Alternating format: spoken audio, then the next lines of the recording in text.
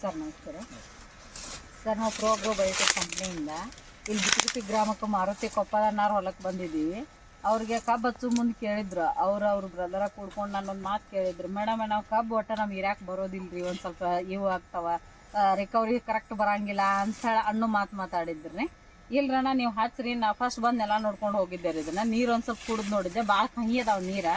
ಆ ಉದ್ದೇಶದಿಂದ ಏನಂದರೆ ಇಲ್ಲ ರೀ ನಮ್ಮ ಗೊಬ್ಬರ ನೀವು ಕೊಡ್ತೇವೆ, ನಾವು ಹೇಳಿದ ಪ್ರಕಾರ ನೀವು ಮಾಡ್ಕೋತೀನಿ ಅಂತಂದ್ರೆ ನಾ ಅದನ್ನ ಮೇಂಟೈನ್ ಮಾಡ್ತೀವಿ ಅಂತ ಹೇಳಿದ್ದೆ ರೀ. ಅದೇ ಥರನಾಗಿ ಅವ್ರನ್ನ ಆಯ್ತು ರೀ ಮೇಡಮ್ ಅಂತ ಹೇಳಿ ಅಂದ್ಕೊಂಡು ಬೀಜ ಹಚ್ಚುವಾಗಿಂದ ಹಿಡ್ಕೊಂಡು ಯಾವ ಬೀಜ ಹಚ್ಚಬೇಕು, ಮುಂದೆ ಯಾವ ಥರ ಮಾಡ್ಕೋಬೇಕು ಅನ್ನೋದನ್ನ ಒಂದು ಪ್ಲ್ಯಾನ್ ಕೇಳ್ಕೊಂಡು ನಮ್ಮ ಪ್ರಕಾರ ಮಾಡಿದಾರೆ ರೀ. ನಾ ಅವ್ರ ಬಾಯಿಲಿಂದನೇ ಕೇಳೋಣಂತ, ಅವ್ರು ಯಾವ್ಯಾವ ಥರ ಮಾಡಿದಾರೆ, ಏನೇನು ಗೊಬ್ಬರ ಹಾಕಿದಾರೆ, ಎಷ್ಟು ಸಲ ಔಷಧಿ ಹೊಡೆದಿದ್ದಾರೆ, ಹೆಂಗೆ ಮಾಡ್ಕೊಂಡಿದ್ದಾರೆ ಅನ್ನೋದು ಕೇಳೋಣಂತ ರೀ.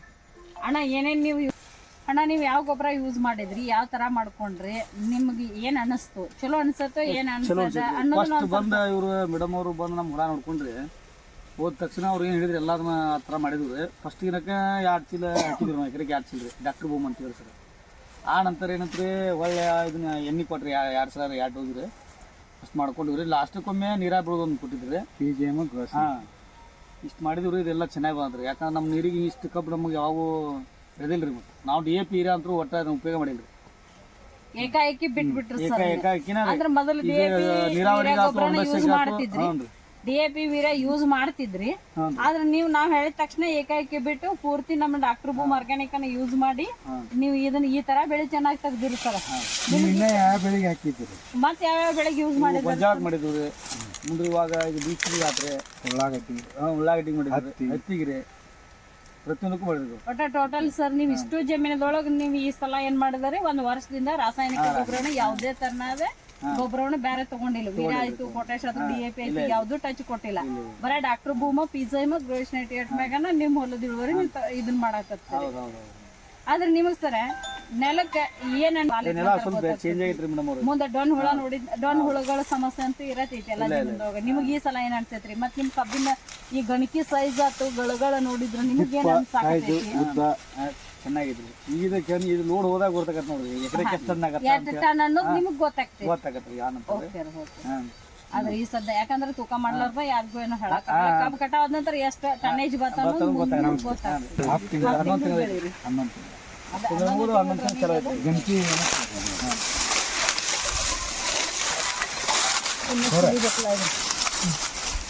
ಒಂದ್ರಿ 2 3 4 5 6 7 8